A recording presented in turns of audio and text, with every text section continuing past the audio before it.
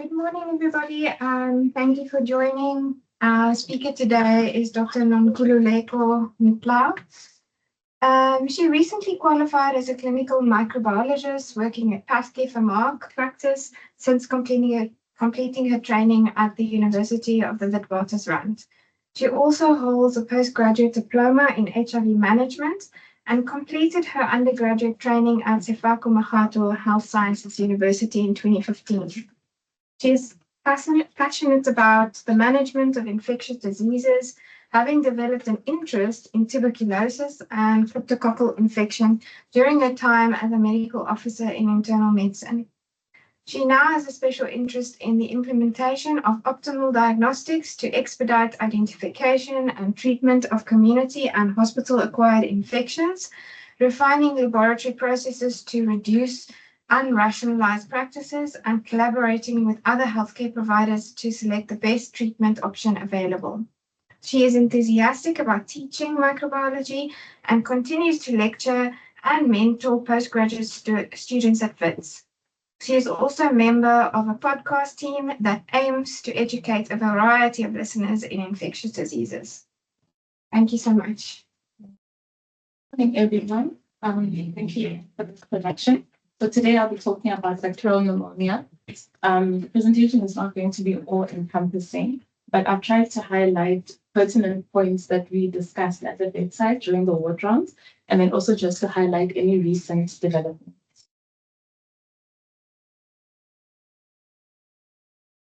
Okay. So I've structured it as community-acquired versus hospital-acquired, including that, but only to include just minor points on community-acquired. So generally looking at the overall burden of care. So the US annually measures that 4.5 million patients present in an outpatient or emergency room secondary to some form of pneumonia. 650 adults per 100,000 visits are secondary to a community-acquired pneumonia. In 2020, the WHO actually claimed that around 6% of deaths globally were secondary to pneumonia. It is the fifth leading cause of death and actually the most common infectious cause of death, primarily in children under the age of 5. However, its incidence actually varies according to the geographical location, the age, and any comorbidities that the patient might have. For instance, in Europe, the prevalence can range from 20.6 per 10,000 patients seen to up until almost 80 per 10,000 patients seen. But this figure is then exaggerated in sub-Saharan Africa, where we have an annual incidence of about 4 million cases of community-acquired pneumonia, with a subsequent 200,000 deaths. In South Africa, it's noted to be the most common cause the most common infectious cause of natural death amongst adults aged 15 to 49. And this figure is then augmented in people living amongst HIV in terms of infection and even death by 10-fold. There are many common causes of pneumonia, and although strep pneumo and the respiratory virus are the most frequently detected, it's important to remember that in majority of cases, almost 62%, there won't be a pathogen identified. What further exacerbates this issue is that people can present with mixed infections, where you have someone presenting with a viral infection superimposed with a bacterial infection. But looking at the common etiology, it's easy to classify it according to bacteria that are typical for pneumonia, atypical, and then the respiratory viruses. So strep pneumo accounts for almost 30% of adult community-acquired pneumonia, followed by Staph aureus, Mycobacterium tuberculosis, where over 20% of adults present with MTB, and then Haemophilus influenza and Marxella catarrhalis cause infection primarily in children under the age of 5, and then aerobic gram-negative bacilli such as your non-typhoidal salmonella or Klebsiella pneumoniae have been increasing in incidence. Of interest, there are also atypical bacteria, which only account for less than 2% of the community-acquired pneumonia noted in the country. These organisms include Mycoplasma pneumoniae, Chlamydophila pneumoniae, and Legionella species. What's interesting when it comes to the atypical bacteria is that they tend to occur in a cyclical circulation, where you have these periodic increases and outbreaks that occur. So here I've included an expert from the PathCare Respiratory Pathogen Statistics from last year. And as you can see, the atypical bacteria for 2025, including Bordetella pertussis and parapertussis, failed to breach the 2.5 prevalence mark. On the right, I've included images from the NICD, which actually interestingly show what I was talking about in terms of the cyclical occurrence of these atypical outbreaks. So you have an outbreak that occurred in 2017, and the next time we had an outbreak was in 2022. And majority of the textbooks actually describe these pertussis outbreaks happening every 5 years. And it's due to waning immunity. It's due to people not being initially exposed. It's actually very interesting. So how do we know which organisms infect our people that are in the community? So we have various surveillance programs that are ongoing, starting with the National Syndromic Surveillance for Pneumonia that started in 2009. Excuse me.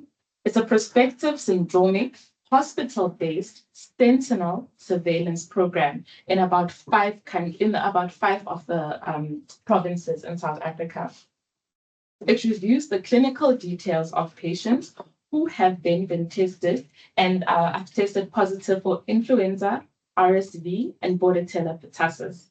This surveillance program assists with information regarding outbreaks, seasonality, when we know when the flu season starts and when it ends, the RSV season starts when it ends, but also the impact of maternal vaccinations, which is going to be very helpful with the recent release of the RSV maternal vaccine.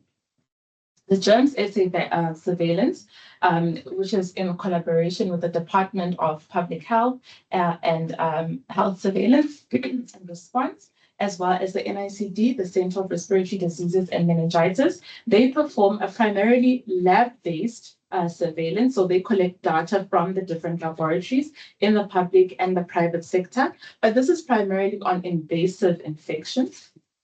And this information helps in terms of knowing more about the vaccine preventable infections. So these organisms such as strep pneumo will then go for further testing at the NICD, where they will serotype, and then we can subsequently know which serotypes are causing the greatest burden in the country, and then we know how to then adapt the different vaccines. An interesting study that occurred in 2017 and 2018 was the first study. It was a prospective cohort study which took place in rural and urban sites, where they collected information for about 200 new households and followed them up for 10 months thereafter. And they were using this to try and measure to try and identify how infections with influenza, RSV, Bordetella pertussis, and strep pneumo evolve over time from when the person is infected, who is most susceptible to being infected subsequently, and how the infection evolves ongoingly. And then lastly, there are actually quite a lot of local institution-based retrospective, both single and multi-center surveys that look at the etiology of community-acquired pneumonia in the public sector, as well as severe community-acquired pneumonia. Okay, so that was CAP. When it comes to hospital-acquired pneumonia, including ventilator-associated pneumonia, unfortunately, there isn't a lot of collaborative data, and we barely have any surveillance systems available to us. It's primarily institution-reliant. The incidence and prevalence varies greatly. But what we do know is that it's not just based on the patient factors, the age and the comorbidities, but actually according to the actual hospital, clinic, old age home, the institution where the patient has been and where they've acquired this pneumonia. In 2024, Horrod and colleagues actually identified that about 20% of their critically ill patients developed ventilator-associated pneumonia in the UK. And a point prevalence survey conducted in the US in 2015 assessed that of all the patients that were assessed with pneumonia coming into of all the patients who were assessed as having a pneumonia in the hospital, 32%, a third of the patients was secondary to ventilator-associated pneumonia. And there are various consequential effects secondary to that. So you have an increase in antibiotic pressure, where almost half of your antibiotic use of the hospital is in the ICU or in this unit where you have this ventilator-associated pneumonia. There's an increased length of hospitalization, increased healthcare costs, and there's long-term morbidity and mortality. But what do we know in terms of what causes VAP and HAP in South Africa? So the data is just as sparse, and most of the literature comes from the pediatric population.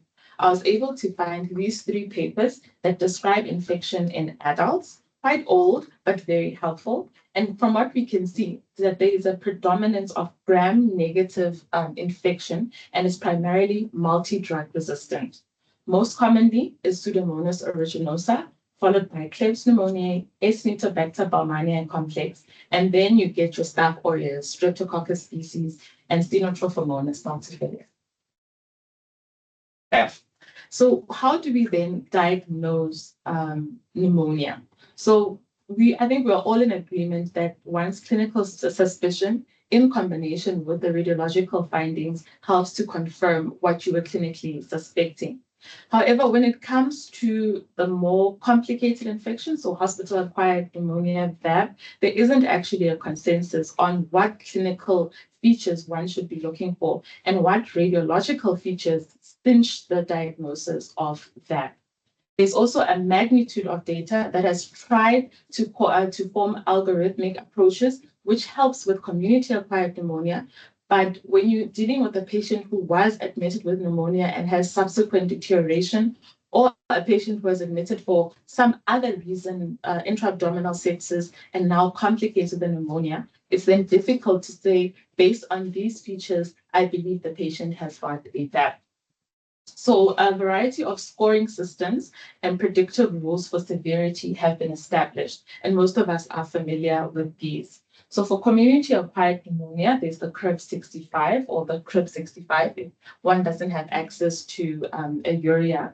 But if we're going to be looking at the use of these scoring systems in establishing the risk of one developing a VAP, we have to look at how sensitive are they at predicting whether or not someone will need ventilation, because that is a prerequisite for someone to develop ventilator-associated pneumonia. So as you can see, the CRIB-65 score only has a sensitivity of about 40%. So only 40% of patients only in 40% of patients will the CRIB-65 score identify that this patient is going to require ventilation. It's very good at identifying severity, very good at identifying whether or not the patient requires inotropic support, and very good at whether or not the person will need ICU. But beyond that, it can't tell you if this person is sick enough to require a ventilator, and thus the person will be at risk of developing a ventilator-associated pneumonia. Similarly, there is the Pneumonia Severity Index, which has about a 75% sensitivity for identifying ventilation, but it is quite a daunting a score to perform, multiple variables, over 20 of them. They classify patients into 5 classes, and it's usually just used to establish if the person is at risk for short-term mortality. So also not very helpful in determining if someone is going to require ventilation. There's the SMART COP index, which is a sensitivity of about 89 to 92%. Fewer variables in this, and it also includes an assessment for ventilation, but also has not been shown to be helpful in identifying patients who will be at risk for developing a HAP or VAP. So what is hopeful is the severe community-acquired pneumonia index, which has a sensitivity of about 96%, but only a specificity of 46%. Again, it has fewer variables, but this is more encompassing of whether or not someone would require ventilation. And once you know if the person is at risk of being ventilated, you are then able to institute the IPC measures to try and prevent that going forward. Then there's the Clinical Pulmonary Infection Score, and this score can be used in patients who are ventilated for another reason other than an infection. So if someone had a low GCS, trying to protect the airway, this score is then able to assist with identifying whether or not the person has now developed a ventilator-associated pneumonia. So you would be looking at parameters like the temperature, blood pressure, tracheal secretions, oxygenation, and what the chest X-ray is saying, and as well as the culture results if a culture has been collected. And this score has been described as being assistive with diagnosing a VAC in a patient who was ventilated for a reason other than infection.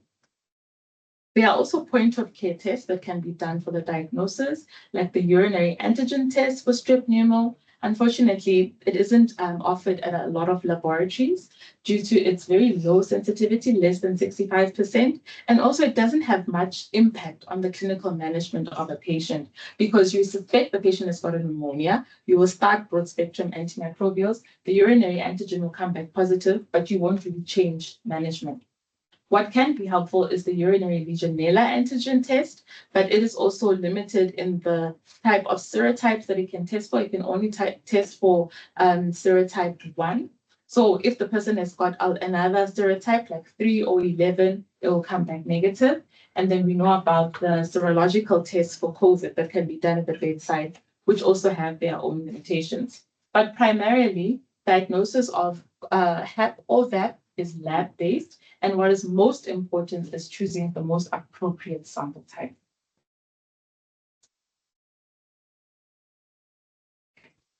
So this is a question that came up at the bedside. How do we know that a sample is a quality sample and that I'm going to find something that will be helpful, the lab will find something that will be helpful for me to treat my patient with?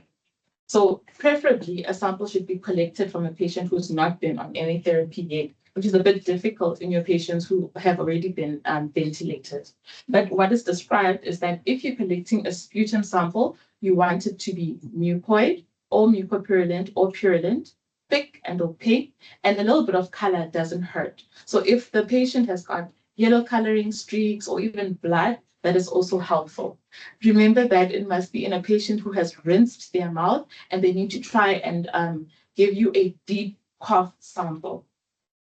For tracheal aspirates, similarly, the visual aspect of the sample is helpful, but what is most important here is that you do it in a sterile manner and try to avoid any saline contamination or visible contaminants. What do we then do in the laboratory? So we do MCNS, microscopy, culture, and susceptibility. For microscopy, we do a gram stain, where we then try and establish how many squamous cells there are, neutrophils there are per low power field. And there are various guidelines that have tried to evaluate the quality of the sputum sample according to how many squamous cells you see. For instance, you may have heard about the Bartlett score. So not a lot of laboratories still report on the Bartlett score because it has been shown to have a very low positive predictive value. But if that is what you are accustomed to using, it's not incorrect. However, this microscopy is not always applicable to infections like Legionella, Mycobacterium, and dimorphic fungi because they don't stain well with gram stain. Doing this assists with identifying whether or not the organism that has been isolated is secondary to contamination, colonization, or pathogenicity based on the neutrophils present. But this can also be affected by the patient's immune system. For culture, typically what we do in the laboratory is a semi-quantitative culture. So we will tell you there's 1+, 2+, 3+ growth.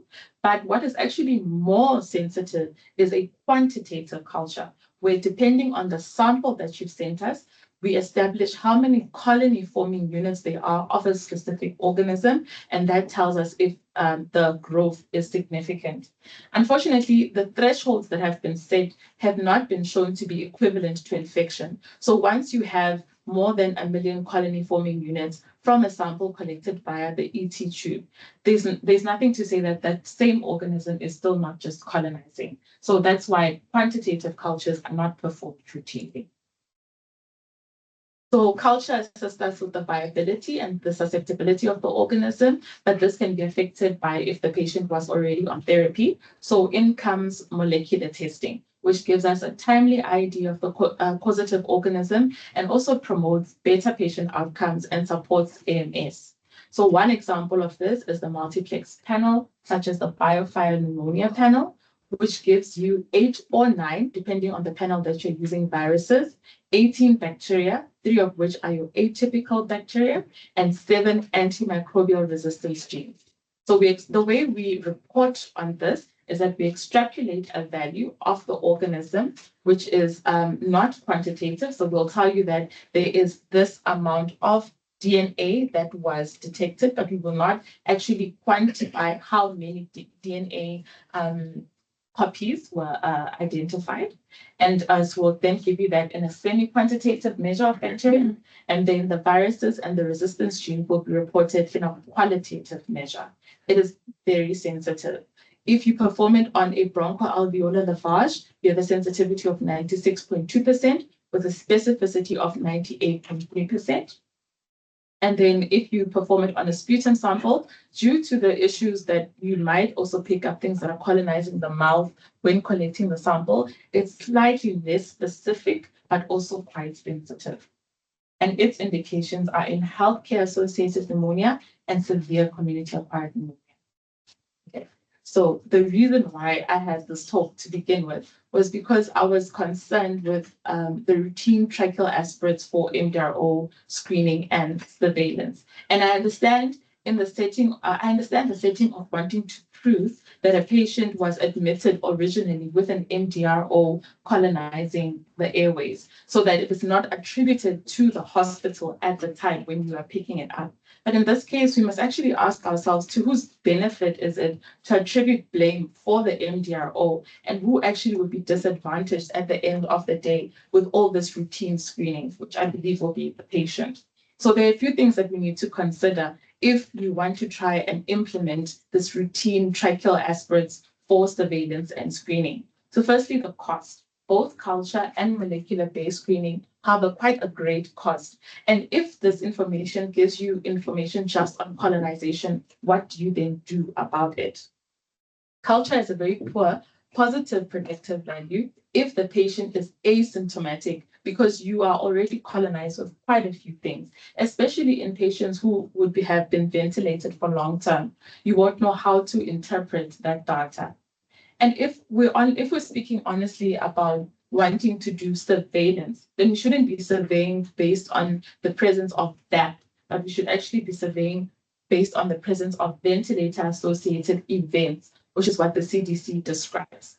And if and we would then have to then identify if we are specifically targeting for MDROs, what would that, if we would be doing the screening, we would have to take samples from specifically identified sites known to be colonized by those MDROs, such as the nares, the rectum, rather than just doing random sampling, which and these sites have had better validation and actionability.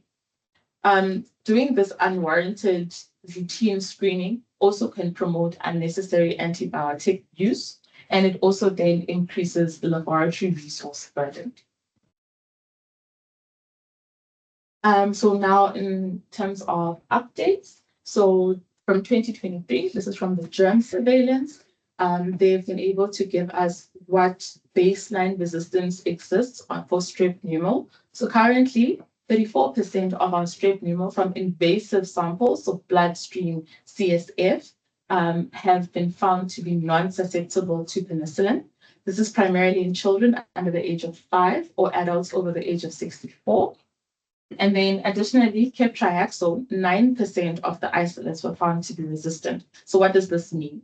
It means that if you have a patient who comes in with pneumonia, not improving on your first line amoxicillin augmentin, either consider that this might be resistance, so change the antimicrobial to something like vancomycin, ceftaroline, or attempt to increase your doses, because non-susceptibility means you need to use a higher dose or it's resistant. Then there's the REGARD-VAP trial, which was released in 2024. It was a multi-center randomized control trial conducted in Nepal, Thailand, and Singapore. The reason why this study had to be done is that routinely, the duration for treatment for ventilator-associated pneumonia tends to be 7 to 8 days. I mean, even the IDSA guidelines are still recommending 7 days. And in reality, we are a little bit more hesitant when it comes to these patients, especially if the patient was well and then they developed a VAP. You tend to not want to stop at day 7. So the investigators here tried to look at 2 new aspects when it comes to VAP.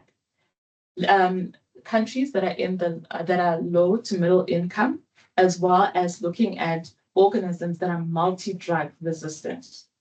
They randomized patients into 2 groups.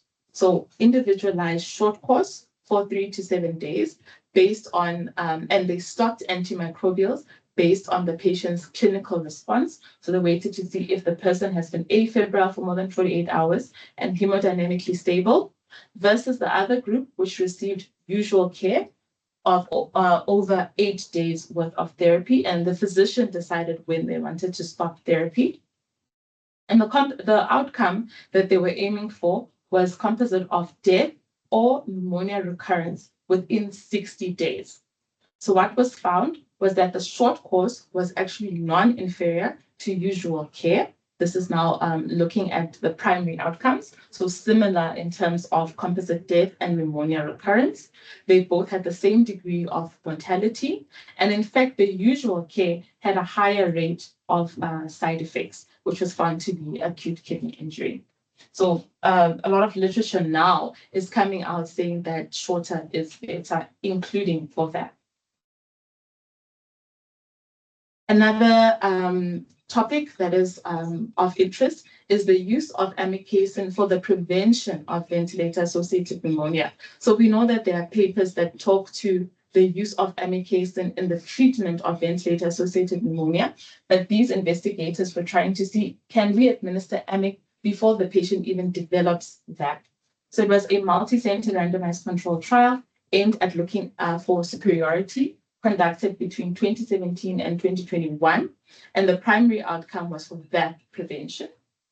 They looked at patients who had been ventilated for more than 72 hours and created 2 cohorts, one with inhaled amikacin, 20 milligrams per kilogram, administered daily for 3 days, and the other arm only received a placebo, normal saline, for the 3 days. The primary outcome was the first episode of ventilator-associated pneumonia in that 28-day follow-up. And what they found was fewer cases of that occurred in the patients that received amikacin, 50%, versus the cases that had received normal saline. And the median time for when patients first had their ventilator-associated pneumonia event was at 10 days. Unfortunately, these patients also had more adverse events. And then finally, I wasn't going to include this, but I feel like I would have been amiss because this is a hot topic in Europe, using ceftriaxone to prevent early ventilator-associated pneumonia. So this was a multi-center randomized, double-blind, placebo-controlled trial, also looking at superiority, nicknamed the PROFI-VAP trial, which is the prevention of early ventilation-acquired pneumonia in brain-injured patients by a single dose of ceftriaxone. They looked at patients in 9 ICUs in France from 2015 to 2020, but the patients that they were looking at are very specific. It was patients who had acute brain injury, patients who had a GCS less than 12, and patients who had been ventilated for more than 48 hours. They then cohorted them into the different groups. So the group that received ceftriaxone was 1 dose, 12 hours within 12 hours of tracheal intubation, but both of them still received the VAP bundle. The primary outcome was looking at when these patients developed their first VAP. And seemingly, the patients who received ceftriaxone had fewer cases, 14 versus 33%. And the mortality was better in the patients that received the ceftriaxone. But before I then advise that you guys do this, I must remind you that it was in a very specific type of patient cohort of patients. So patients with acute brain injury, GCS less than 12, and ventilated for more than 48 hours. These hospitals have a very different epidemiology to what we have. The organisms that they identified with MSSA, strep species, Haemophilus, E. coli, all organisms that are susceptible to ceftriaxone. Trying to institute this could actually further drive our ESBL problems. And it is also a very it's a very limited follow-up for up to 7 days. We actually don't know what happened beyond the 28 days that they followed these patients up. So I would not advise this currently, but do watch the space. Okay. Thank you. Many questions. Thank you. That was a quite lovely, insightful presentations. I loved it. And one of the, you have looked at the, midstream, obviously, we've been probably been overusing amicus in treatment of ventilated patients, either inhalation based on the biofire or based on targeted therapy or preemptive. We normally always have done that. And that's because of the lesson that was learned during COVID-19 that when you use meropenem, as a single therapy, there's the risk of overgrowth of things like Acinetobacter resistant bugs. That's why hence we embrace amigacin as one of the first-line treatment. Now, the questions come in terms of the patient that been in ICU that has already having first biofire. That will be cell colonizations, and obviously sometimes then the dominant bacteria will grow and give us the cultures. Now, assume the same patient develop features of ventilator-associated pneumonia. Was there any role of biofire? And if you know that biofire is a DNA kind of sequencing, kind of pick up DNA of the bacteria, and would that have influenced the results that you might actually cause the same DNA, or would it show you different kind of bacteria profile completely? A bit difficult to say because we know that colonization is transient with waxes and veins. So if you've already had a positive biofire with a specific result, I wouldn't recommend repeating a biofire in that patient. In that case, I would recommend culture because here we're looking at what is the predominant organism, what has overtaken the organisms that are colonizing. The problem that in midstream, our results has come the opposite because we never get to pick up the same bug again. So the DNA materials that have been talked about, we never pick up the second biofire. Am I wrong? There's been a profile, though we don't have published data. It looks like the biofire does not actually pick up whether we don't know what had happened actually, because in TB cases, well described that if you have TB, your gene expert will be positive after 18 months. But I think there's no real studies looking at the bacterial profile per se about what happens to that biofire actually 2 weeks down the line after the first one, where the DNA material extra stick there. In my opinion, based on what I've seen in the stream, look like that does not exist. It looks like the bacterial profile are completely different because every time we do biofire on the same bacteria, the outcome is completely different. We don't have the same. If you have Pseudomonas, you don't see Pseudomonas. I think the data we have, if you pull them out, you will see that that is quite factual based because those never lie. So the question that, Discovery has suggested that we should be using single biofire in with patient a year, but I think that was probably born out of previous study on the TB, but not on the bacterial. So I think it's something that maybe we need to consider whether retrospective data or so, and actually look at those who are having 2 biofires that actually to prove that actually those bacteria, that their genetic materials, perhaps whether, I don't know what to say, whether spill over or something that you will not pick up. I don't know, Norma, do you want to add on that? Because that was, you are the boss. Yeah, no. I think also the decision by Discovery was based on misuse of the biofire. Yes. Yeah. So I agree with you. It would be good to retrospectively go back to our data and see. Yeah, but normally it doesn't play a role. But does the 2 biofires not depend on the fact that maybe the sample quality is not the same, or that the patient has now been on an antimicrobial? Well, but that means basically you have treated it and clear out. So, but you see with the TB, you'll be on treatment. You'll complete treatment with your gene expert is positive. So now I think there's something to do with the probably the genetic materials of the bacteria along the exophysis and airway. And I think that nobody's want to look into that, but it's something that actually we need to be looking at to say, why is the Streptococcus pneumonia after treatment in 5 days, repeat biofire completes so negative Streptococcus? then TB actually saw that. And that's for me something always bringing in my mind that actually something we need to look at. The same as Pseudomonas. Once you eradicate completely, you don't see the genting, you don't see it there. And if you spoil normally, you see the disease activities, you see the tree parts, they will be even radiological and clinical. So it looks like the bacteria actually does not actually stay in this respiratory system. So there's something that I think it's a question that we need to answer, especially people young like you are very having passion about microbiology. Is something that maybe because UMPAT should have all the data. And that should be something we're thinking about even for your PhD, maybe. You never know. I want to ask on the biovirus, when you culture and there is organisms that are positive and you repeat cultures to see what exactly the resistance patterns are. If you culture more than one organism, what is the possibility of contamination versus an organism causing the infection? It's very difficult. Very difficult to say, especially because we import it in a semi-quantity. We don't give actual copies per colony count. It's very difficult. You could find that you detected the Klebs pneumo at 10 to the power 4 and Pseudomonas at 10 to the power 7. Perform a culture and only the Klebs rose. Yeah, and normally it's very unlikely. If you get cultures, means definitely it's either co-infection or so, but normally you should not. Yeah. But I think in our setting, I think as I say, biofire, you can use them for education and I say for preemptive treatment because actually guide you about antimicrobial stewardship and its choice at least for 72 hours.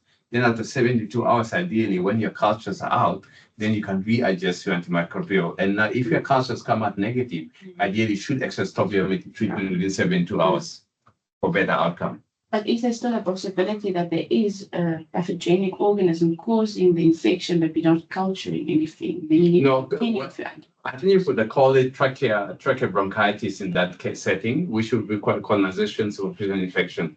Basically, colonization not equal to infection. So yes, but you can still do eradication. That's why I think probably they study about amikacin and then obviously the second as a eradication therapy works because obviously, I mean, the lung is just like a toilet, like a GIT system, because it's sucking all the bacteria in, and whatever inhale in ICU sit in your lungs. So if you do biofire on you during if there's any kind of airborne infection, we might pick it up. But of course, your immune system probably then might actually deactivate it or clear it, isn't it? Am I wrong there, Norma? No. Yeah. So it depends the time that you actually do. But obviously, if you're having a ventilation, somebody who's on ventilator, because those are now on closed circuits. Now, because it's a closed circuit, you don't expect the airborne infection to be a factor in them. And obviously, what culture on those means most of those infections, those specimen is from down lower respiratory tract, and most of them should be representing either active infection, which could be pneumonia or trachea bronchitis,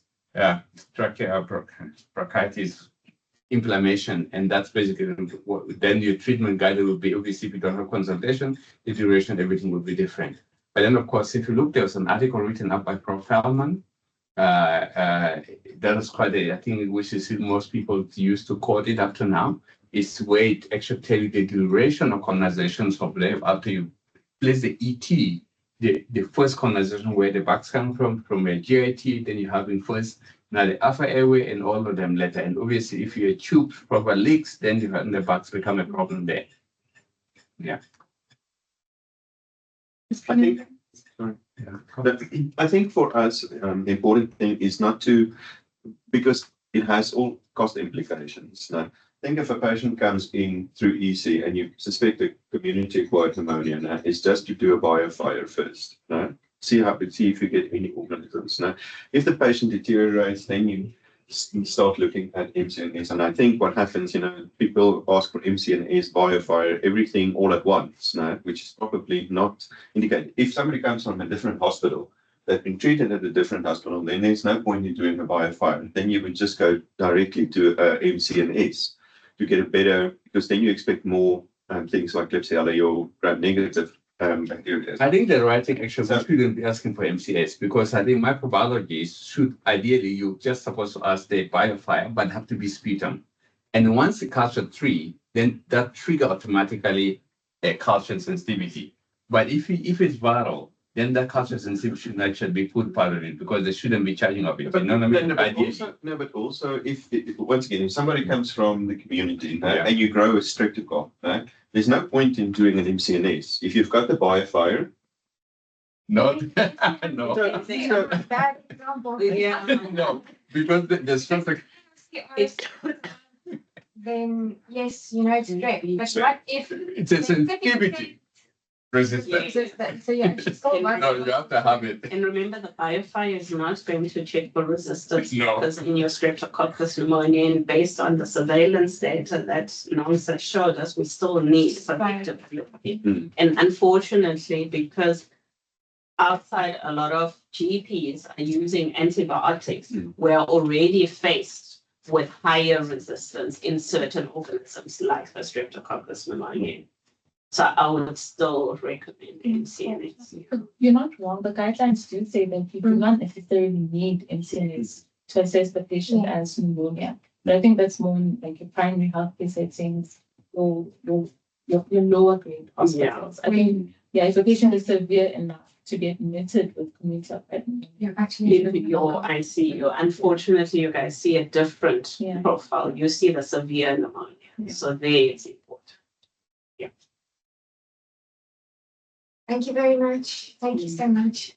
We can just leave the meeting.